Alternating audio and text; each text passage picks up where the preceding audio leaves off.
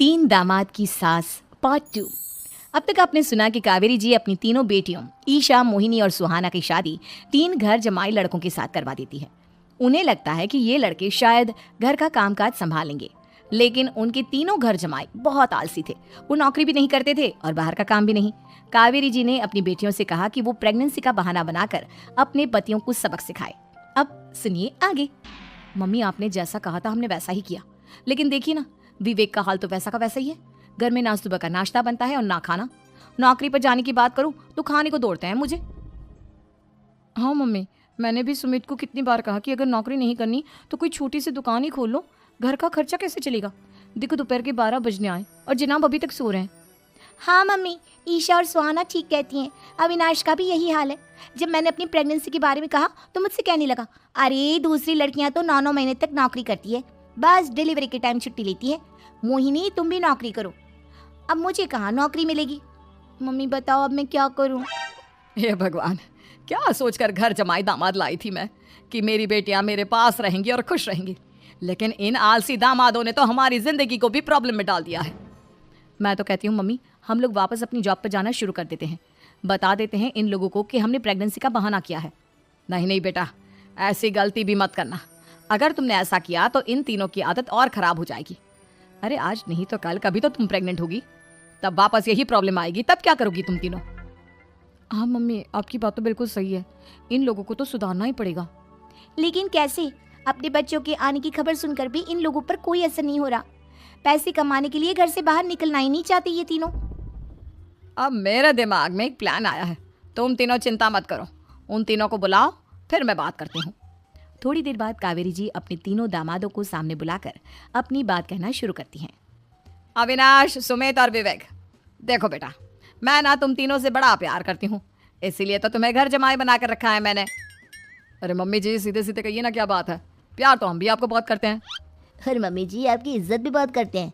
अरे भाई, आपके जैसी सास और कमाने वाली बीवी सबको मिलती है क्या? हाँ मम्मी, विवेक और सुमित ठीक कह रहे हैं। आपकी बेटी से शादी करके मेरी तो जिंदगी ही अच्छी हो गई है। जानती हूँ मैं, और ये भी जानती हूँ कि तुम तीनों अपनी अपनी बीवियों से बहुत प्यार करते हो। बेटा, बात ऐसी है कि हमारे कुल गुरु ने कहा है कि प्रेग्नेंट होने के बाद मेरी तीनों बेटियां शुरू के 4 महीने हमारे गांव में जाकर रहेगी, जहां मेरे चाचा जी रहते हैं। अरे लेकिन क्यों मम्मी, गांव में जाकर रहने की क्या जरूरत है इन तीनों को? वो क्या है ना बेटा, हमारे परिवार को एक श्राप है। अगर मेरी बेटियों ने यहाँ पर बच्चा पैदा करने की कोशिश की तो उनके बच्चों को कुछ भी हो सकता है। इसलिए अब से लेकर 4 महीने पूरे होने तक इन्हें गांव वाले घर में रहना पड़ेगा। हाँ तो इसमें प्रॉब्लम क्या है मम्मी जी? हम भी वहाँ जाकर रहेंगे, पिकनिक मनाएंगे। अरे भाई, बीवी जहाँ हम भी वहाँ। हाँ यार, आइडिया तो बहुत अच्छा है। शहर की ज़िंदगी में रह रहकर परेशान हो चुके हैं, अब कुछ दिन गांव में बिताएंगे। तुम लोग समझने की कोशिश क्यों नहीं करते? तुम में से कोई भी वहाँ नहीं जा सकता, और मैं यहाँ रहूँगी ना तुम तीनों के साथ। 4 महीने की तो बात है, उसके बाद ये तीनों ही लौट कर आ जाएंगी। ठीक है मम्मी जी, अब हमारे बच्चों का सवाल है तो ये तो करना ही पड़ेगा। कावेरी अपनी तीनों बेटियों को कुछ दिन के लिए घर से बाहर कहीं दूसरे शहर में रहने के लिए भेज देती है। कुछ दिनों के बाद, अरे मम्मी जी, बहुत दिन से पिज्ज़ा नहीं खाया, मंगवाइए ना। क्या बताऊं बेटा, पहले तो बेटियां खर्चा दे देती थी क्योंकि उनकी नौकरी थी, लेकिन अब तो मेरे पास पैसे ही नहीं बचे। थोड़े बहुत पैसे हैं जो बच्चों की डिलीवरी में काम आएंगे। लेकिन मम्मी जी, आपकी बेटियों को वापस आने में तो अभी बहुत वक्त बाकी है। वही सोच सोच कर परेशान हो रही हूँ। सोच रही हूँ कल से दूध भी बंद करवा देती हूँ। अब दूध वाले को देने के लिए पैसे भी तो नहीं है ना। अरे नहीं नहीं मम्मी जी, अगर दूध भी बंद करवा दोगी तो मुझे चाय कहाँ से मिलेगी? और चाय के बिना मैं तो मर ही जाऊंगा। क्या करूं बेटा, इसके अलावा हमारे पास कोई ऑप्शन नहीं है। मेरे पास पैसे ही नहीं बचे। इस तरह कावेरी जी धीरे धीरे अपने तीनों दामादों को पैसे देना बंद कर देती हैं और घर में खाने पीने की चीजें लाना भी बंद कर देती है। अब वो तीनों बुरी तरह से परेशान होने लगे थे, और इसलिए एक दिन तीनों प्लान करके घर से बाहर निकलते हैं। और बाजार में जाने के बाद, यार अच्छा खाना खाए हुए कितने दिन हो गए, पता नहीं कब अच्छा खाना मिलेगा। हमारी बीवियों के जाने के बाद तो हमारी हालत भिखारियों जैसी हो गई है यार। कुछ भी हो, मुझे तो आज पिज्जा खाना ही खाना है। जेब में 1 रुपया नहीं है और पिज्जा खाएगा, कहाँ से आएंगे पैसे? अरे देख, वहाँ सामने बोर्ड पर क्या लिखा हुआ है, कंप्यूटर पर काम करने के लिए एक आदमी की आवश्यकता है। भाई मैं तो जा रहा हूँ, काम करूँगा और शाम तक पैसे लाकर आराम से पिज्ज़ा खाऊंगा। जा जा, तुझे कोई काम नहीं देने वाला, हम तो घर जा रहे हैं। चल भाई सुमित।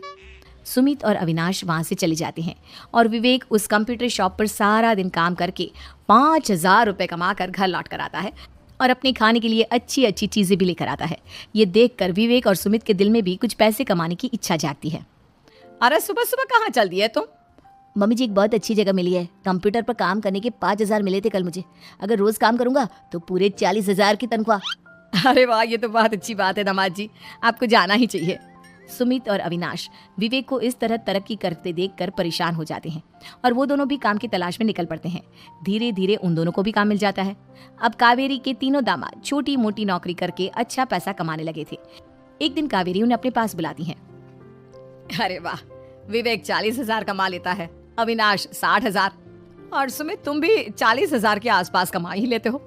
कुल मिलाकर तुम अच्छे खासे पैसे कमा रहे हो बेटा। हाँ मम्मी जी, बहुत मजा आता है जब महीने के एंड में मोटी रकम हाथ में आती है। पूछिए मत मम्मी जी, घर में रहकर रोटी बना बना कर और तो जैसा महसूस होने लगा था मुझे तो। हाँ बेटा, तुम तीनों की बात तो बिल्कुल ठीक है। और जानते हो, अब तुम तीनों की पत्नियां भी वापस लौट कर आने वाली है।